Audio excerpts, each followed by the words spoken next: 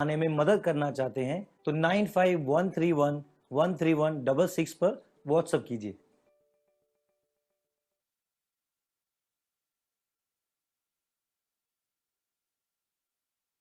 नमस्कार बच्चों, कैसे हैं आप सभी। आशा करती हूँ आप सब अच्छे होंगे।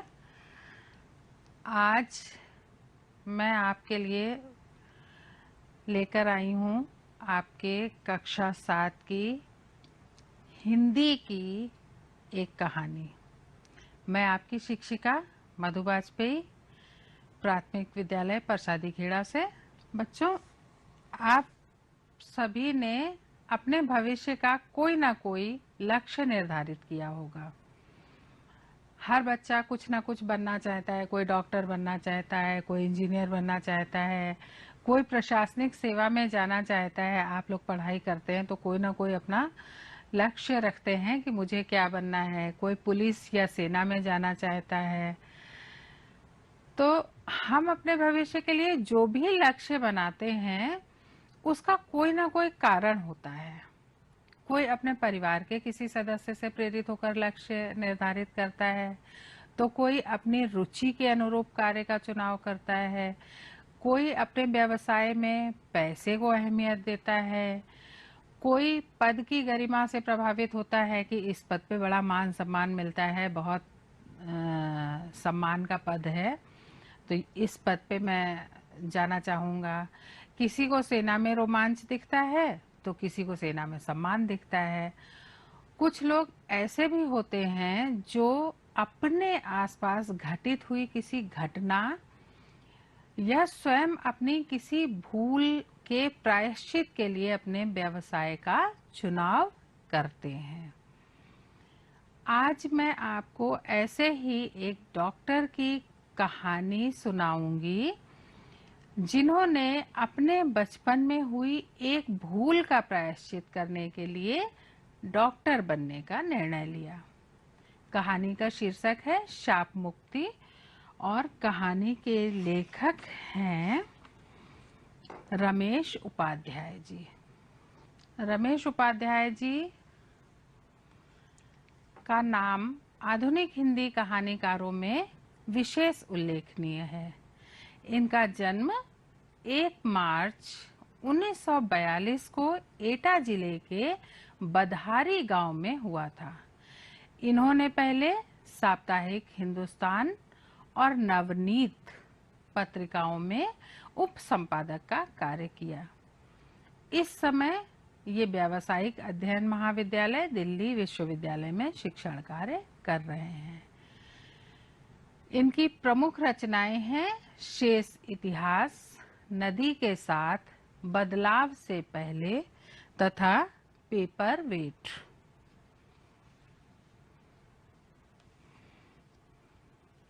तो आइए बच्चों कहानी पढ़ते हैं। मैं बूढ़ी दादी की आंखों का इलाज कराने दिल्ली के एक बड़े प्रसिद्ध नेत्र चिकित्सक डॉक्टर प्रभात के पास गया। लगभग दृष्टिहीन हो चुकी दादी को सहारा दिए जब मैं डॉक्टर प्रभात के कमरे में पहुंचा तो उन्होंने मुस्कुराते हुए दादी का स्वागत किया। आओ आओ दादी अम्मा, कहाँ क्या तकलीफ है? कोई तकलीफ नहीं बेटा, इस बुढ़ापे की मारी हूँ। बुढ़ापे में नजर तो कमजोर हो ही जाती है। पर मैं तो आंखों का डॉक्टर हूँ दादी अम्मा, बुढ़ापे का इलाज मेरे पास कहाँ? डॉक्टर प्रभात ने हंसते हुए कहा। मेरी दादी भी कम विनोदी स्वभाव की नहीं। कहने लगी, कोई बात नहीं बेटा, तुम आंखों का ही इलाज कर दो। बुढ़ापे का इलाज तो भगवान के पास भी नहीं है। यह सुनकर डॉक्टर प्रभात हंस पड़े और दादी से बात करते हुए उनकी आंखों की जांच करने लगे। उन्होंने विस्तार से कई उपकरणों और यंत्रों की सहायता से दादी की आंखों की जांच की।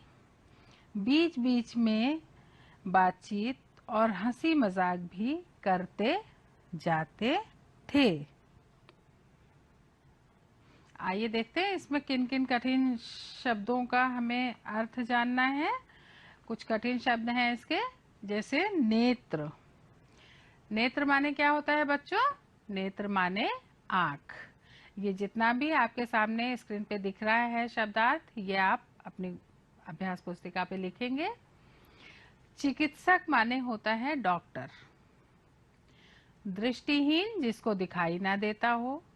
विनोदी मतलब हास्य प्रिय या हंसमुख। बच्चों इसमें एक शब्द आया है प्रसिद्ध, नेत्र चिकित्सक। नेत्र चिकित्सक, नेत्र माने आंख, चिकित्सक माने डॉक्टर। नेत्र चिकित्सक माने आंखों का डॉक्टर।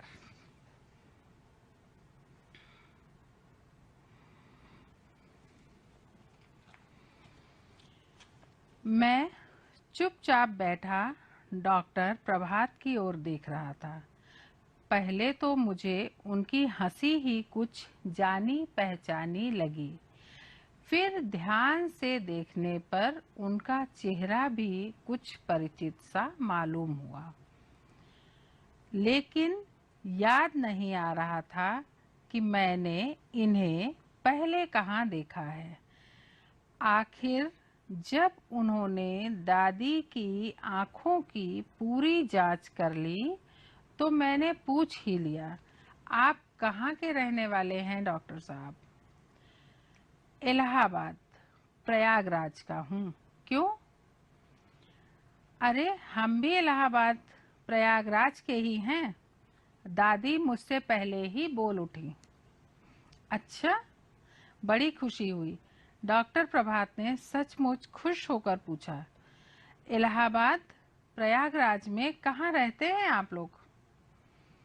दादी ने ज्यों ही हमारे इलाहाबाद प्रयागराज वाले घर का पता ठिकाना बताया, डॉक्टर प्रभात ने मेरी तरफ देखा और अचरज भरी प्रसन्नता से बोले, अरे तुम बब्बू तो नहीं हो?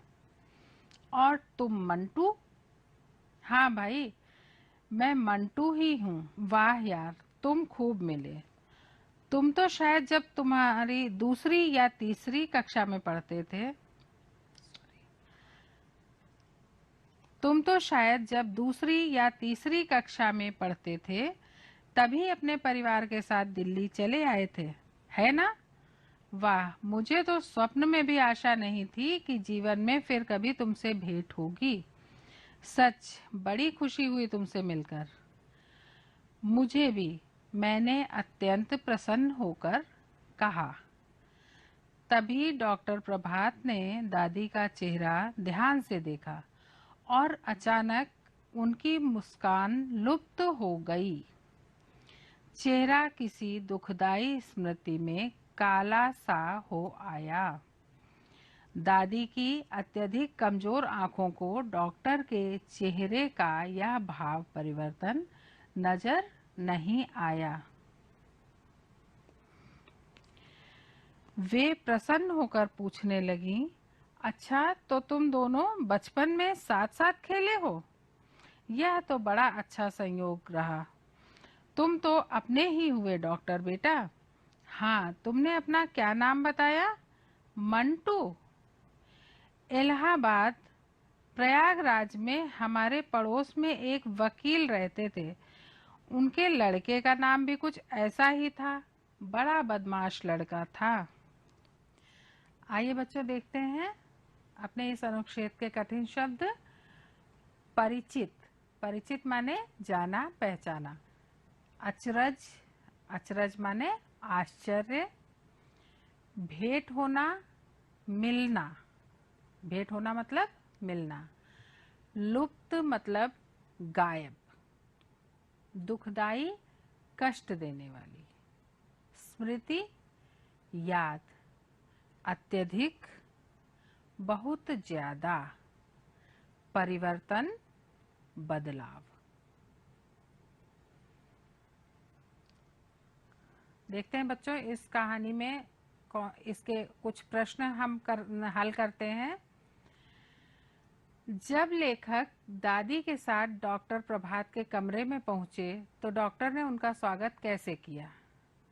उत्तर है, डॉक्टर प्रभात ने दादी और लेखक का मुस्कुराते हुए स्वागत किया। बस बुढ़ापे की मारी हूँ, दादी का ऐसा कहने पर डॉक्टर ने क्या जवाब दिया? डॉक्टर ने जवाब दिया, पर मैं तो आंखों का डॉक्टर हूँ दादी अम्मा, बुढ़ापे का इलाज मेरे पास कहाँ? डॉक्टर प्रभात दादी की किस बात पर हंस पड़े? जब दादी ने कहा, कोई बात नहीं बेटा, तुम आंखों का ही इलाज कर दो, बुढ़ापे का इलाज तो भगवान के पास भी नहीं है। दादी की इस बात पर डॉक्टर प्रभात हंस पड़े। डॉक्टर प्रभात और लेखक मिलकर क्यों प्रसन्न हुए? डॉक्टर प्रभात और लेखक मिलकर इसलिए प्रसन्न हुए, खुश हुए, क्योंकि वह दोनों बचपन के मित्र थे। आगे पढ़ते हैं बच्चों। डॉक्टर प्रभात ने कोई उत्तर नहीं दिया।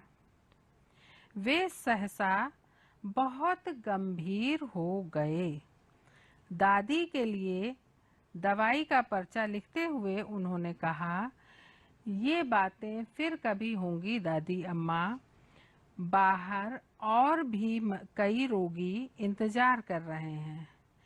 मैं तुम्हारी दवाई लिख रहा हूँ, बाजार से मंगवा लेना और दिन में 3 बार आंखों में डालती रहना। फिर अगले सप्ताह आज के ही दिन आ जाना। तुम्हारी आंखों का ऑपरेशन करना होगा। घबराना मत, ईश्वर ने चाहा तो तुम्हारी आंखें अच्छी हो जाएंगी। बाहर आते ही दादी ने मुझसे पूछा, यह उसी वकील का बेटा मंटुआ था ना? हाँ दादी, बचपन में मेरे साथ पढ़ता था। बस, तो अब इसके पास दोबारा आने की जरूरत नहीं। मैं इस दुष्ट के हाथों अपनी आंखें नहीं फुड़वाऊंगी। कैसी बातें करती हो दादी? यह तो बहुत माना हुआ डॉक्टर है और अब तो अपनी जान पहचान का भी निकल आया। उसे दुष्ट क्यों कह रही हो? तू भूल गया इसने वहां इलाहाबाद में क्या किया था? क्या किया था? अरे, तुझे याद नहीं, इसने मोहल्ले की कुतिया के 3 पिल्लों की आंखें आग के पौधों का दूध डालकर फोड़ दी थी। मैं सचमुच ही सब कुछ भूला हुआ था। तूने ही तो यह बात हम लोगों को बताई थी। अब देखिए कठिन शब्द। सहसा, अचानक, इंतजार, प्रतीक्षा, आंख, मदार, दुष्ट, कुटिल या क्रूर। इलाहाबाद प्रयागराज में हमारे पड़ोसी वकील साहब की कोठी के पीछे एक बहुत बड़ा बाग और घास का मैदान था। मैं मंटू के साथ अक्सर वहां खेला करता था। बाग की मेड़ के पास आक के बहुत से पौधे उगे हुए थे। एक दिन हम खेल खेल में आक के पत्ते तोड़ने लगे। उधर से गुजरते हुए हमारे स्कूल के अध्यापक ने हमें देख लिया। उन्होंने हमें डांट लगाई और बताया कि आक के पत्ते कभी नहीं तोड़ने चाहिए, क्योंकि उन्हें तोड़ने से जो गाढ़ा गाढ़ा सफेद दूध सा निकलता है, यदि आंखों में चला जाए तो आदमी अंधा हो जाता है। यह जानकारी हम लोगों के लिए एकदम नई और विस्मयकारी थी। ठंड के दिन थे और मोहल्ले में आवारा घूमने वाली एक कुतिया ने वकील साहब की कोठी के पीछे पड़ी सूखी टहनियों के ढेर के नीचे 3 पिल्ले दिए थे। पिल्ले बड़े सुंदर थे। मैं और मंटू उनसे खेला करते थे। आग के दूध के भयानक असर की जानकारी मिलने के अगले दिन जब मैं स्कूल से आकर खाना खाने के बाद मंटू के साथ खेलने गया तो मैंने देखा मंटू आग के पौधों के पास बैठा है और उसके घुटनों में दबा पिल्ला कें कें कर रहा है। दो पिल्ले पास ही कूं कूं करते इधर उधर भटक रहे थे। नजदीक जाकर मैंने देखा, हैरान रह गया। मंटू आक के पत्ते तोड़ तोड़ कर उनका दूध पिल्ले की आंखों में डाल रहा था। कठिन शब्द देखिए बच्चों, और ये कठिन शब्द आप लोग लिखते भी जाइएगा साथ में। विस्मयकारी, विस्मयकारी का मतलब होता है आश्चर्यजनक। ठंड का मतलब सर्दी। भयानक माने खतरनाक। नजदीक माने पास में। हैरान माने आश्चर्यचकित। कुछ प्रश्न देखते हैं इस भाग के। डॉक्टर प्रभात का चेहरा अचानक काला सा क्यों हो गया? किसी दुखदाई बात की स्मृति के कारण डॉक्टर प्रभात का चेहरा काला सा हो गया। आपने कहानी में पढ़ा बच्चों कि दादी से बात करते करते जैसे ही उन्होंने पता बताया अपना इलाहाबाद का, वैसे ही डॉक्टर प्रभात का चेहरा काला सा हो गया। तो किस वजह से हो गया? किसी दुखदाई बात की स्मृति के कारण डॉक्टर प्रभात का चेहरा काला सा हो गया। दूसरा प्रश्न है, लेखक के लिए कौन सी जानकारी नई थी? आक का दूध आंखों में लगाने पर आंखें चली जाती हैं, यह जानकारी लेखक के लिए नई थी। मंटू ने पिल्लों के साथ क्या किया? मंटू ने पिल्लों की आंखों में आक का दूध भर दिया। लेखक को मंटू को पिटाई से बचाने से भी ज्यादा जरूरी क्या लगा? लेखक को तीसरे पिल्ले की जान बचाना ज्यादा जरूरी लगा।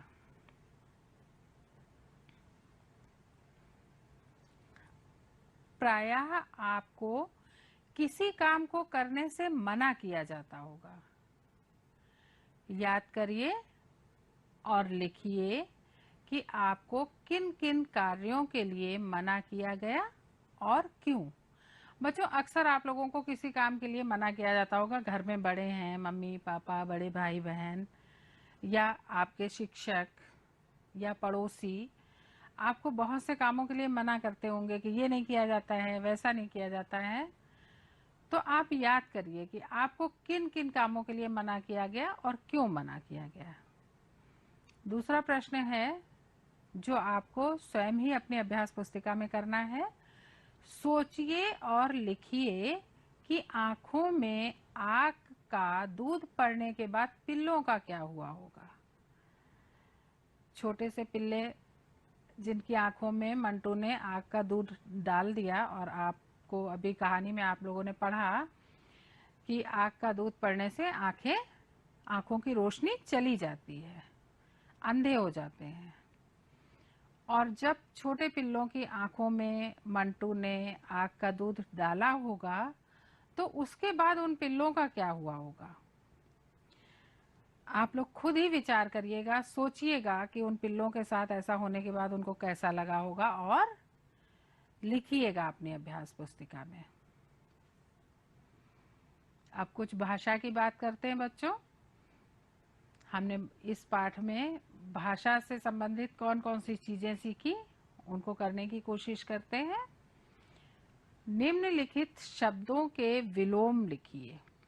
विलोम आप लोग पहले भी पढ़ चुके होंगे बच्चों। विलोम शब्द मतलब होता है उल्टे अर्थ वाले शब्द। तो पहला शब्द है नई। नई का उल्टा क्या होगा? पुरानी। ठंड, ठंड का विलोम गर्म। पाप, पाप का विलोम होता है बच्चों पुण्य। बूढ़ा का विलोम बच्चा। ये सभी विलोम शब्द आपको अपनी कॉपी में, अपनी अभ्यास पुस्तिका में लिखने हैं बच्चों। आशा का विलोम होगा निराशा, और प्रश्न का विलोम शब्द होगा उत्तर। पास का विलोम शब्द होगा दूर। तो ये सभी विलोम शब्द आपने ध्यान से सुने बच्चों, और इनको अपनी अभ्यास पुस्तिका में अवश्य करिएगा। अगला प्रश्न है भाषा में आपका, निम्नलिखित मुहावरों का अर्थ लिखकर अपने वाक्यों में प्रयोग करिए। पहला मुहावरा है टस से मस ना होना। दूसरा है हृदय से लगाना। तीसरा मुस्कान लुप्त होना। आपने पढ़ा था ना, डॉक्टर प्रभात के चेहरे से मुस्कान लुप्त हो गई। और चौथा मुहावरा है चेहरा काला पड़ जाना। ये भी आपकी पुस्तक का ही है बच्चों, आपने पढ़ा था किसी दुखदाई स्मृति के कारण डॉक्टर प्रभात का चेहरा काला पड़ गया। तो आपको इन चारों मुहावरों का अर्थ लिखना है और अपने वाक्यों में प्रयोग करना है। इसके बाद बच्चों अगला अभ्यास कार्य है जो आपकी पुस्तक से ही लिया गया है। आक के पौधे से गाढ़ा दूध निकलता है। ठीक है, अन्य किन किन पेड़ों से गाढ़ा दूध निकलता है उनके नाम लिखिए। इस कार्य के लिए बच्चों आप अपने घर के बड़ों की मदद लेंगे और उनसे पूछेंगे कि किन किन पौधों में आक की तरह ही गाढ़ा दूध निकलता है। बहुत से पौधे होते हैं बच्चों जिनमें दूध निकलता है, तो आप अपने घर में अपनी मम्मी पापा या बड़े भाई बहनों से पूछकर उन पेड़ों के नाम लिखेंगे। इसके बाद आपका प्रोजेक्ट कार्य है कि अपने आसपास के किसी अस्पताल में जाकर किसी आंख के डॉक्टर से मिलिए और पूछिए कि उन्होंने यह कार्य क्यों चुना। आपने देखा डॉक्टर प्रभात ने नेत्र चिकित्सक बनने का निर्णय क्यों लिया, क्योंकि उन्होंने बचपन में एक छोटी सी गलती की थी कि उन्होंने 3 पिल्लों की आंख में आग का दूध डाल दिया और उनकी आंखें चली गईं, उनको दिखाई देना बंद हो गया।